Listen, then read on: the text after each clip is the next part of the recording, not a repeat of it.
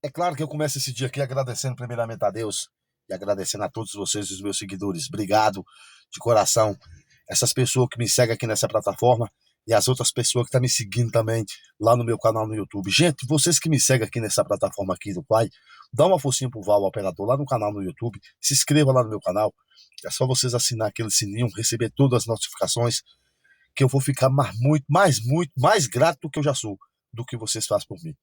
Obrigado de coração, que vocês tenham um excelente dia, uma ótima quarta-feira, amanhã é feriadão. Nós está aqui pegado na luta, como sempre.